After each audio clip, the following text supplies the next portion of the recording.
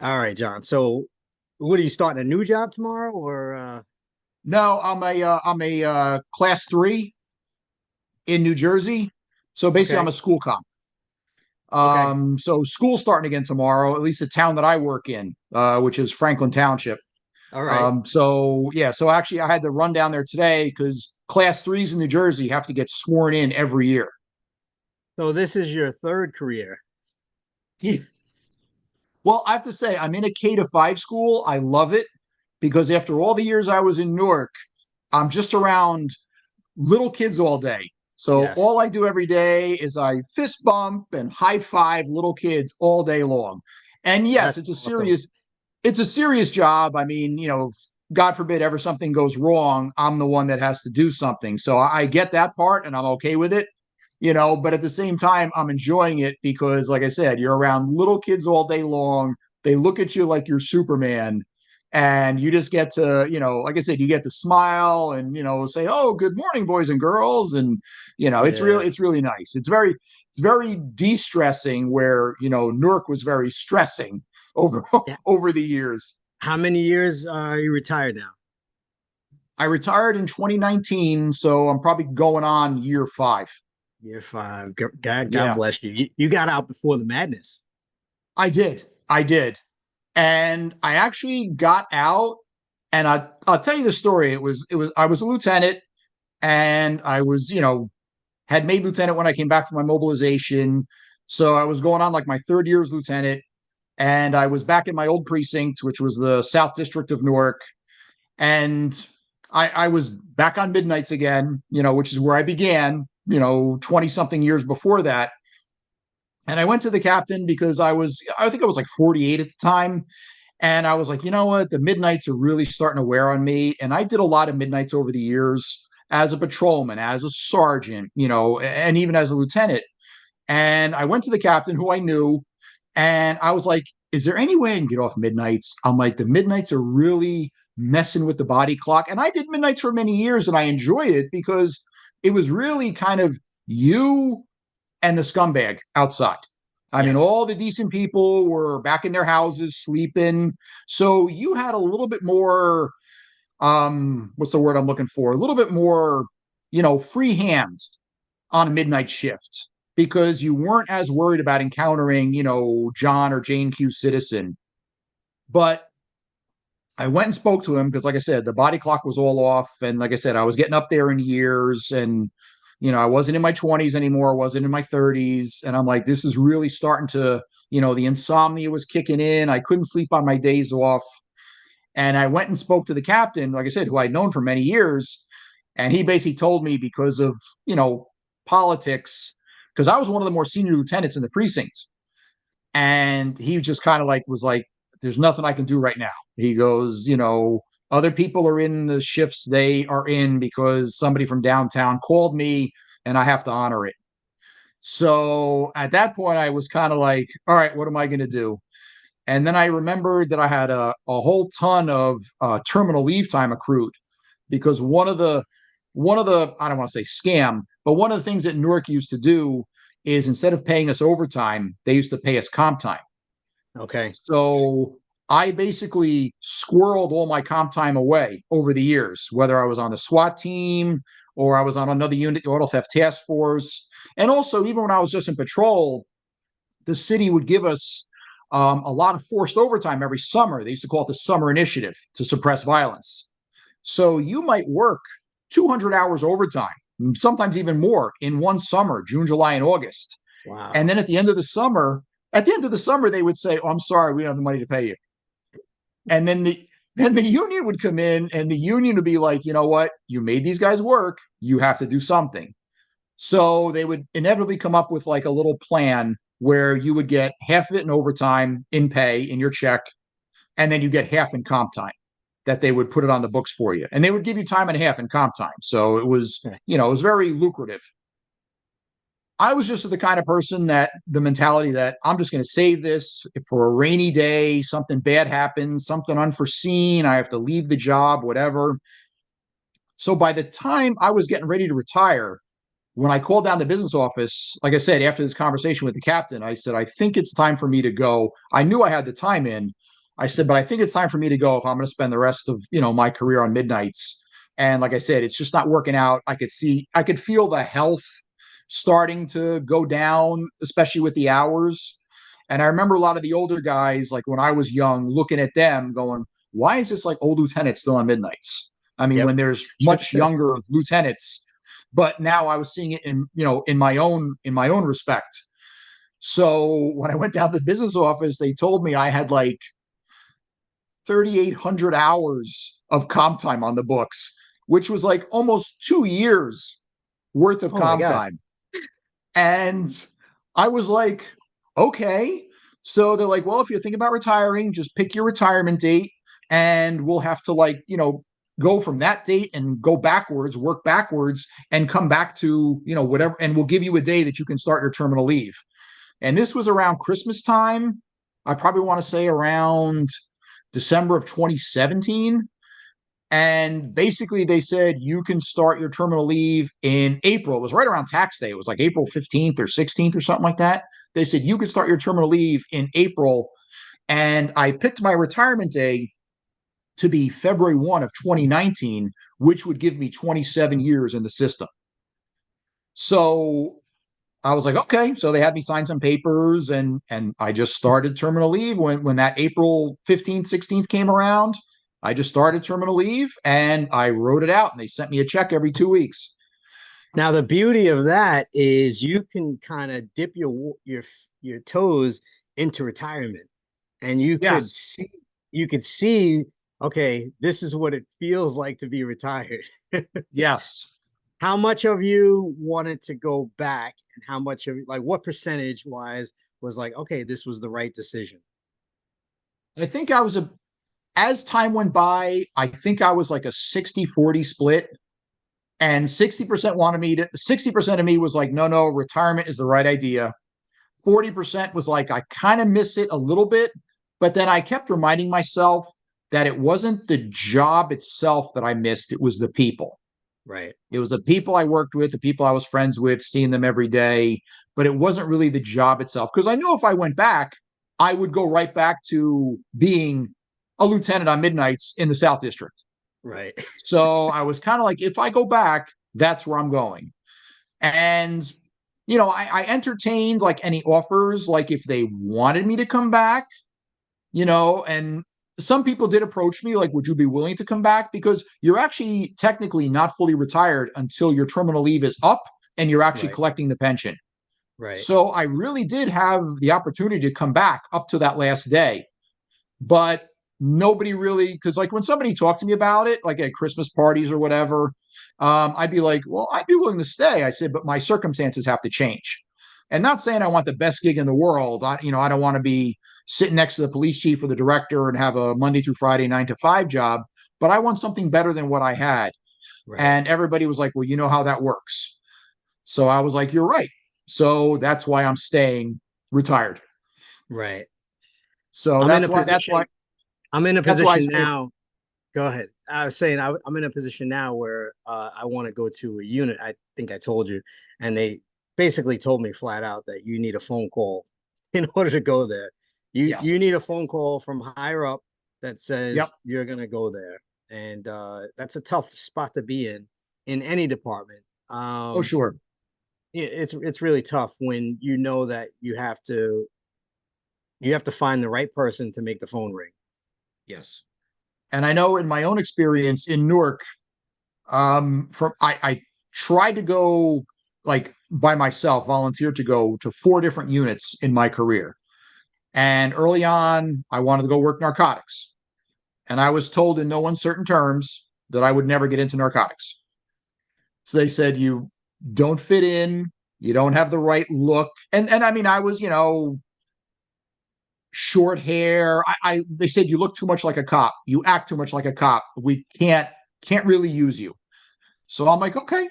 And then opportunity for Vice came up, and I was told there, nope, sorry, this is not the fit for you. What? And I'm like, okay, and I know these were very heavily contested positions. Like a lot of people wanted them. So I got that. There was a lot of guys with more experience, maybe more, grew up in the city. I didn't grow up in the city. I grew up right outside the city. So I knew there was a lot of guys that grew up in the city that probably would be better at these jobs than I was. Um, I was a big stolen car guy. I was a wheelman. So even in the precinct, I had a reputation. I could chase cars, and I was chasing cars all the time because we were a heavy stolen. Like every Sunday night, they used to call it Stolen Car Sunday. Stolen. If you sat somewhere for like 2 minutes, a stolen car would go by, and you could see just by the way they were driving. There'd be a guy hanging out the window. They'd be doing donuts. So you knew which cars were stolen and which ones weren't. So I garnered that reputation as kind of like a wheel guy, and not only would I just chase these cars, I would catch them too. Did I you have mean, especially Did you have plate readers? no, Did you not have, back then. This is okay. this is like the mid to late 1990s. Okay. So your plate reader was a hot sheet. It was a piece of paper with all the stolen plates listed on it, and they wouldn't even put the description of the vehicle. It was just the plate. So you would just like read through the plates and try to like memorize them. And then when you were driving down the street, you'd be like, oh, ABC 123, that's stolen. But I would chase them, I would catch them. And the majority of the time, I wouldn't damage the police car. So they would kind of let me go because they're like, oh, this guy knows what he's doing. So when we started up an auto theft unit, it was a tactical auto theft unit called the ATTF. The county prosecutor had another ATTF was run by them. In fact, they had their own TV show. It was called Auto Theft Task Force, but Newark had its own. And I got pulled into this, and basically the lieutenant, when we got in this one room, was like, "You're all here because people said you know how to drive." So I got into this unit. I spent 2 years there, but for 2 years, have you ever seen like the late 70s, early 80s, like the Mel Gibson movie Mad Max, The Road Warrior? Yes. That's what being in that unit was like. I mean, Okay. every night we went to work, I can't describe it looking back on it. Every night we went to work, it was nonstop chasing cars, boxing in cars, ramming cars, pit maneuvers. And we actually, I hate to say it, we weren't even supposed to be doing this because New Jersey did not allow it. But they had the approval from the city, like the chief and the director were like, no, no, no, you guys have carte blanche. You can do whatever you want. Okay. Because at the time, stolen cars were so bad in Newark. Newark was like famous around the country for being like the stolen car capital, the carjacking capital of the world. And they were like, we don't like this reputation. It's bad for the city. We want to do something about it. So, and along with, stolen cars would come felony vehicles. I mean, my unit was like around 20 people. And I know in 1 year, we took like 600 and something guns off the street because the cars we would stop, inevitably, a lot of them, they were being used for robberies and shootings. So we would, of course, you chase a car, the car crash, you catch the guy, you go back in, check the car, and there's a gun under the seat. Yep. So I got into that one because of my, driving ability. And then opportunity opened up to join the SWAT team. So, but that was very competitive. I actually took the test 3 times because I think the first time, I think I failed. I shot an 88. You had to shoot a minimum of a 90. I think the next time, I think I failed. It was like a rope climb. You had to climb to like the roof of the gym, and I didn't do it quick enough, so I failed for that one. And then the third time, and it was like a decathlon. You had to pass like 7 events, but you had to pass all 7 events in one test. Like you couldn't Right. say, "Well, I passed 6 out of 7 the last time. I just want to take the next." They're like, "No, no, no. You got to come back and do it all over again." So on my third try, I passed. And out of like, I think about 100 guys started taking the test, and 6 of us finally, after like the third test, it was like 6 of us that passed. So they put us into like this training program for the SWAT team. And then I wound up doing 10 years on our SWAT team, which our SWAT team was not a full-time team. We functioned more on the militia system. So everybody did their day job. I was a patrolman in the South or on ATTF. Somebody was a detective in homicide. Some guy was a sergeant in the North. And then when the pager went off, We all dropped what we were doing because it was like a chief's memo or director's memorandum. So if it was ever an activation team, everyone was immediately released from whatever duty they were doing and responded. And we would meet at the scene, and somebody would drive our truck there, which the truck had all the equipment on it. So we would just suit up there and then do whatever we had to do. So Nassau County has something very similar where believe it's called their BSO unit, where they're in their commands, but if something happens, they suit up and respond. Very, very similar. Okay. Yeah, yeah. I mean, we always called it like because I always called it like the militia system because it's like you're doing your day job and then the alarm goes off and you drop everything and go and get suited up, and then when you're done, you return back to your whatever your assignment was. Do you have any So crazy stories from your time in SWAT where like you share oh with that you share with the family all the time? I over the years I've gotten better at telling the stories, but I know people kind of look at me like I have like two heads.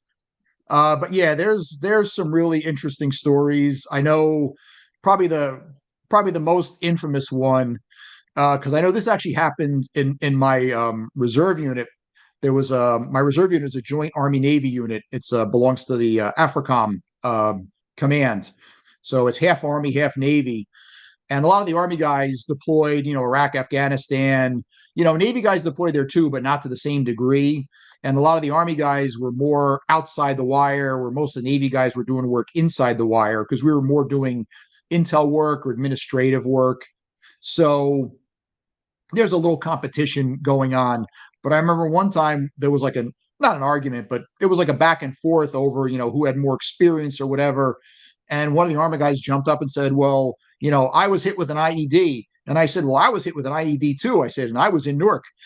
So, so he just stopped and goes, what do you mean you were hit with an IED in Newark? And I said, well, I was on the SWAT team. And there was a situation. This was a call out. I was home sleeping. The warrant squad went to get this guy who was wanted for sexual assault. So they found out where he lived. They picked the lock to his house. It was in the Valesburg neighborhood of Newark, which is in the West Ward. It's up towards some of the suburbs like South Orange, East Orange. But anyway, they snuck into his house. They tiptoed all around his house. They found him sleeping in bed. So they surrounded him they're like, oh, this is going to be easy. Well, these guys didn't realize he slept with like a giant Ginsu butcher knife under his pillow. So when they tapped him and said, all right, buddy, you're under arrest, we're going to lock you up, he grabbed the knife, started swinging. I don't know why. No one shot him. I guess they were so taken aback and so caught off guard, they just started, running, maybe retreating. Right. The last guy going out the door was the sergeant. He was trying to pull the door closed, and the guy cut him across the top of the hand. So they run outside. They're all screaming on the air. He's armed suspect. He's barricaded in the house.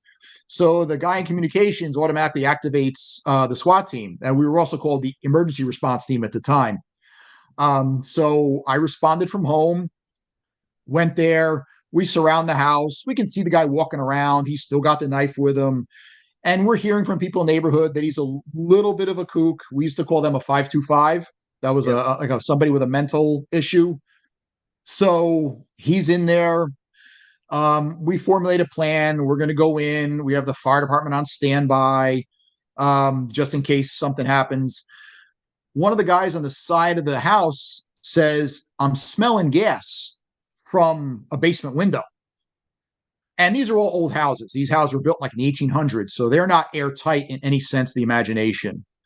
So the guy in charge of the team says, all right, we're going in. So I think I was like the sixth guy in the stack as we go in. And we go in, we can smell gas. I mean, it's not super strong, but it's there. So first two guys go in with less than lethal. They have the 37 millimeter gas gun with baton rounds. And another guy has a 12 gauge with the beanbag rounds.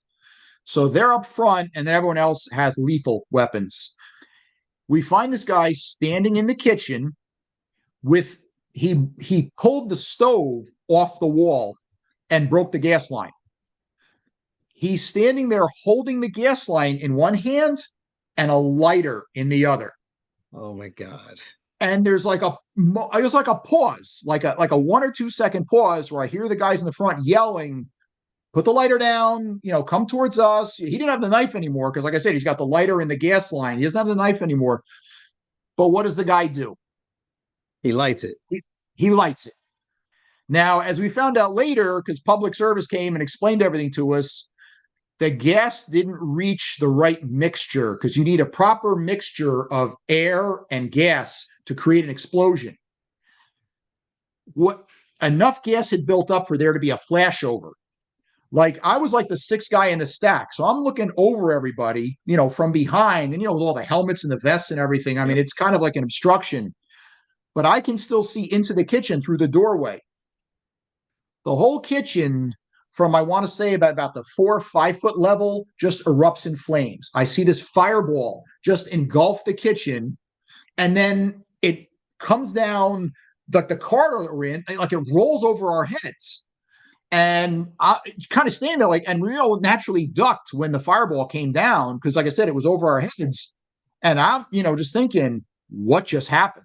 It had to be chaos after that. It was. And then I heard the gun start going off. Now, this was just the less than lethal, though. Nobody fired. I have to say, we had a really good team. Everybody was, well trained and held their fire. The less than lethal guys started going off. And I must have heard like 7 or 8 rounds go off from the less than lethal, both the 12 gauge and the 37 millimeter. And towards the end, I could hear the guy start to scream, enough. So I guess he was getting with the rounds enough that he was finally. So then I heard the team leader go, all right, get in there, grab him and pull him out. Now the fire, I happened to look behind me and I saw firefighters in the house. They had a hose line. They were ready to go, but they wanted to know that he was in custody, and like not run around the house with a knife anywhere. So the guys in the kitchen, they ran up, they jumped on him, they cuffed him real quick. Now, meanwhile, you have to remember the kitchen, this is like probably a kitchen is covered in like probably 6 layers of wallpaper, has like old drapes in it. Everything is on fire. The walls, the ceiling, everything is on fire. The doorway that I'm in, I just happen to look to my left and I can see that the fire is like working its way down, I guess like just feeding off the old paint on the wall. And it's just proceeding, coming down, down, down. And I'm like looking over my head. Everything's on fire around us. And I'm kind of thinking, we need to get out of here. And the team leader is yelling the whole time, yelling instructions like, all right, you guys, the kitchen had a back door. So he yelled at them, kick out that back door. You guys go out that way, drag him out that way. And then he gave the team the order to do like a reverse, do like a 180, and everybody just went back out. And the fire department like started shooting water over our heads and they put it out. I mean, they saved the house. I'm sure there was a decent amount of damage, but they saved it. But that was probably, and I remember after that, I had like a really bad sore throat for like a week. And I remember mentioning that to, I think one of the EMS people that we worked with from time to time. And he goes, you were probably starting to inhale some of the hot gases. He goes, it probably started to like burn your lungs a little bit. He goes, I'm surprised it's, was that minor. He goes, if you guys were in there, I said, well, we probably were in there for like a couple minutes at the most, maybe 2, maybe 3.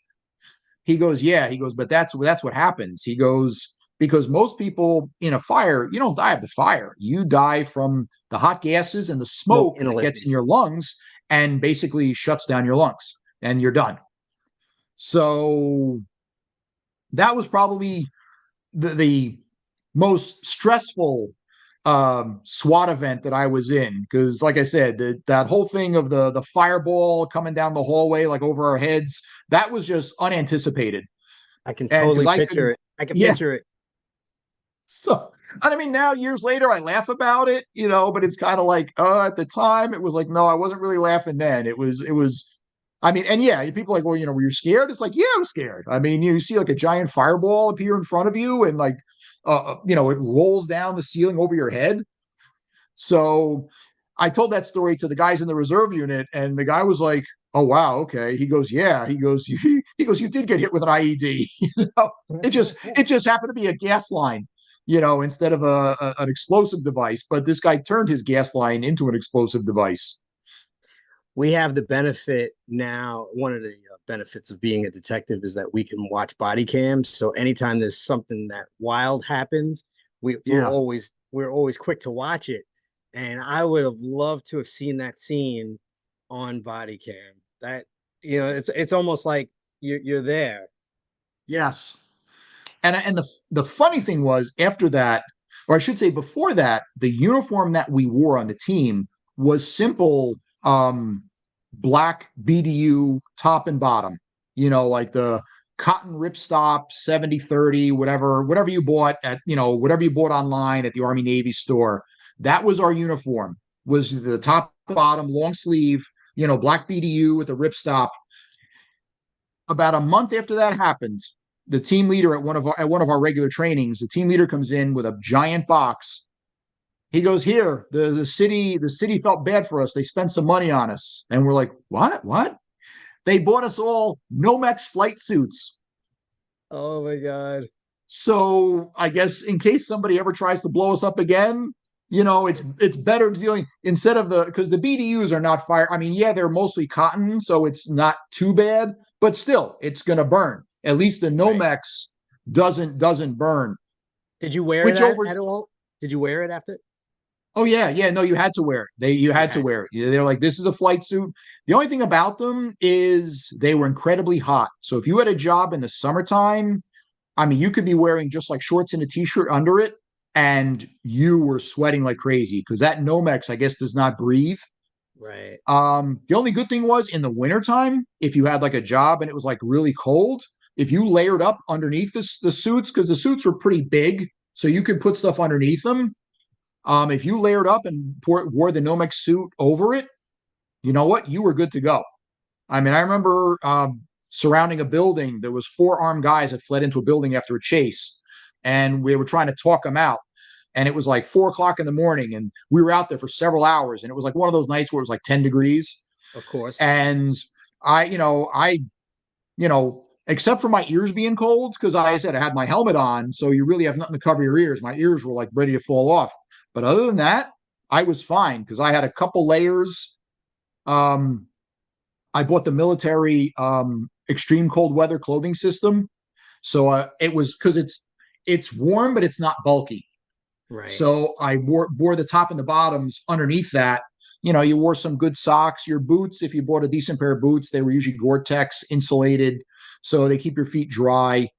But like I said, other than my ears, I was like, "Oh, this isn't too bad." Meanwhile, everyone else is like out there like shivering, But except for my ears, I was good. So then the Nomex flight suits, like I said, they were good. They were better in the winter than the summer. In the summer, you knew you had it on because you were baking inside it, even if you weren't like standing out in the sun. I guess it just held in all the body heat. You guys had the same weather as us, so in the winter we would get those crazy cold nights as well. And I Uh-huh. always had the Under Armour on. I always had the fur covering my ears.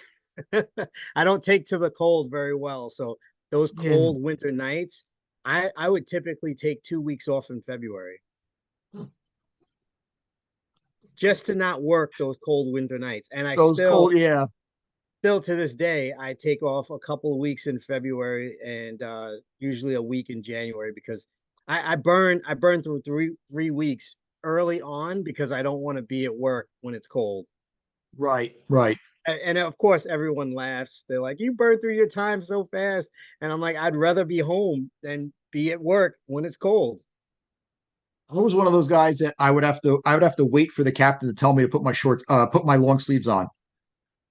Like I think October 15th, we were supposed to transition to long sleeves, but being working like off hours, like afternoons or midnights, you didn't really see the captain or like the high ranking guys. And most of the time, your squad sergeant or lieutenant wouldn't really say anything as long as you're in uniform. So Right, I'd be, if it wasn't too cold, I'd still be wearing short sleeves at the end of October, maybe even beginning right, of November. right. And then one time I was standing there, I think I was in the precinct like around 2 or 3 in the morning, and the captain did like a surprise inspection. And I just feel somebody saying next to me, and I just turned and looked to him like, "Captain, good to see you, sir." And um,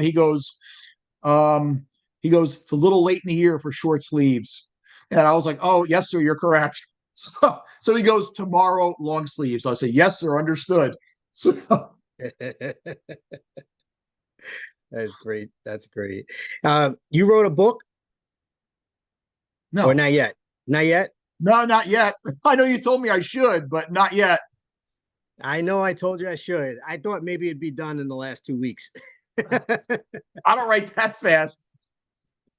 Yeah, but you have so many stories. You've been in so many units and I know. so many years of stories. That's one of the pieces of advice that I give the guys that have like, 1, 2 years on. I'm like, please Yeah, write down your stories because you forget yeah, them. So many things. We're privy to so many great stories and like you walk into you can relate. You walk into a place and you're like, how can people live like this? And then you walk out yes, and you totally forget yeah. because you go back I to the comfort of your own home. right. And I remember a few times in my career, I mean, I had people come up to me, and I remember one time when I was a desk sergeant, and it was a really stressful night at the precinct. There was like prisoners coming in left and right, and guys needed paperwork signed. There was specialized units in there, so I was going crazy. And there was like a whole bunch of guys in front of me in line trying to get their paperwork signed. And I saw this kid come in, and I'm looking at him, and like I said, it's so busy. The two guys working the desk with me, they're occupied. They're, counting, doing a bail or doing. So I'm looking at, and then I tell the guys in front of me who are all cops, I'm like, hold on a second, let me see what this kid wants. Because as the desk, you're supposed to, take care of the citizens' needs first. So I said, kid, come here. So he comes up and I said, do you need help? I said, is, something wrong? I said, you here to see somebody or something? Which we didn't have visits at the precinct, but some people still tried it once in a while. Like, oh, I want to see my cousin. It's like, no, you can't, you know. Right. But he goes, no, I want to tell you there's a bad accident over on Clinton Avenue, by such and such. And I asked the one desk guy, I said, look in the system, see if it's in the system, like to be dispatched. And he goes, no, I don't see it. I said, well, call communications. I said, just have him put it in there. I said, if he says it's bad, they'll send a car just to make sure. And I said, okay. I said, we'll send somebody over there. I said, but thanks for telling us. And the kid, before he turned around, looked at me and said, you don't remember me. And I just kind of looked at him and I'm like, should I? And I'm like, did I lock this kid up? I'm like, oh boy, where's this going? And I said, no, I said, I don't. I said, have we met? Was it recent? He goes, you were at my house last week. And I guess it was some kind of a domestic or something.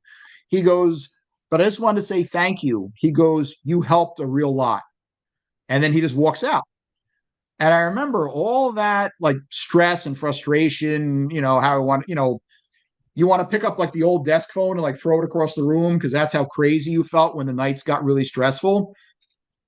When the kid said that to me and turned around and walked out, like I said, it was just like somebody appreciates what I did, Yes. and that I think that made my night. The rest of the night, I don't care how many papers I had to sign. I don't care how many. And I remember even the cops all stand there in line with the papers because back then, this was before computers. I mean, people still have handwritten reports ready to hand in to get so for me to read and sign. I remember even all of them were just like, did that kid just come in and say thank you? Because how often does someone say thank you in our It's job?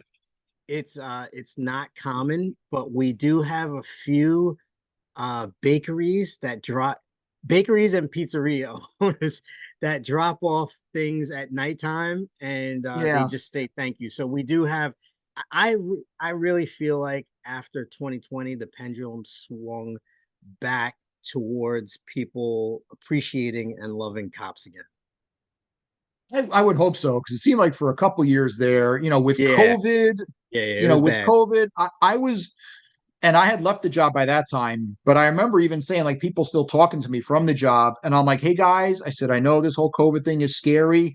I was like, but you know what? Some of these things that the politicians are telling you to do, I'm like, I would try to find a way not to do it. I'm like, I was telling guys who were like on my squad, like younger guys that I was mentoring, I'm like, don't become, and I know this kind of turned a couple heads, but I was like, don't become the Gestapo. Right. I was like, everybody's dealing with this in their own way.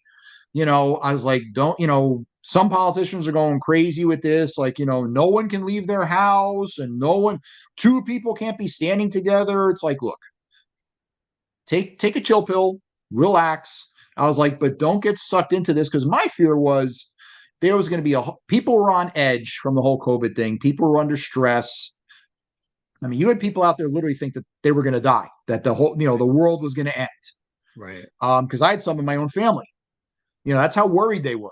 And I was afraid that a lot of cops who were just following orders were going to get into a whole bunch of confrontations that, in my opinion, weren't necessary. So I was telling guys, in some places they did. yes, I know. And I was like telling guys, look, tell people to be careful. Tell people, hey, look, this is the way they're telling things to be right now. Try to work with it. I mean, I'm not saying you have to lock yourself in your house, but try to stay. If you're doing something just for your own sanity, like you can't just stay in your house forever. I get it. Just try to stay under the radar. Try to stay under the radar. Don't be the guy, with the flashlight walking down the street going, here I am, I'm outside my house. What are you gonna do about it? Just kind of like stay under the radar and do what you got to do. But yeah, that was my fear, that we were going to become the bad guys during COVID. And then of course, when the George Floyd thing happened, everything went south after that. And I was just telling everybody, just be careful. I was like, just be careful. I'm like, the media is really making us out to look bad. I mean, one guy who was not that smart, or two. Somebody asked me an opinion about that whole thing. And I said, honestly, when I watched the video, I said, and I see him there with George Floyd on the ground, I was like, I didn't see hatred. I saw arrogance. Yes. Like, don't tell me how to do my job. Right. He's fine. Don't tell me how to do my job. And he had the sunglasses up here. And I'm just like, I mean, it was bad all the way around. I mean, the guy didn't have to die, but I'm just like, everyone's like, oh, I think he's like, I was like, I don't think he's hateful. I said, I just think he was arrogant. He was arrogant if they would have not just willing to picked him listen. up, if they would have just picked him Yeah. up and tried to get him in the car, or sat him up and let him sit there and Yeah. let everyone film, like if he dies while the cuffs are on, then Yeah. it would be ruled that okay, he died of an overdose, and it Right. wouldn't Right. have made national news. Right. What made it look so bad was the fact that he was kneeling on him. That's what made it Right. look so Yeah. bad. And he wouldn't, he was sitting there kneeling on him, and it's just like, hey, and that's another thing I said. If somebody ever said something to me, like if we had a prisoner or whatever, and somebody was like, oh, look, he can't breathe. You'd acknowledge it. You'd acknowledge it. And I would, like, even if I had somebody, like, if I had like my forearm around them and I'm trying to control them, I'm not trying to choke them, but just basically trying to like hold them, Right. and somebody's like, oh, you're choking them. And I mean, I might lower my arm a little bit, like, so it wasn't like right up here, it was down here. Right. And I'm like, look, I'm not trying to choke them. You'd acknowledge it. I'm just trying to hold them in place. That's it. So if you acknowledge that and just make some type of effort to mitigate like someone's worry, that goes a long way. It's like, look, I'm not trying to hurt this guy, but I don't want him to hurt me either. So I appreciate you hopping on. What was your rank in the military? I'm a lieutenant commander in the Navy. Oh, still active. I'm still in the reserves. I drill. In fact, I got to go in another week and a half. I got to go down to Fort Meade, because that's where my current unit drills at. God bless you. I appreciate you coming on, and your many years of service, and you still are serving in multiple capacities. Thank you so much for hopping on. I appreciate you. Your stories were awesome, and we'll talk soon. All right. I appreciate you having me. Thank you. Thank you for the invitation. No problem, brother.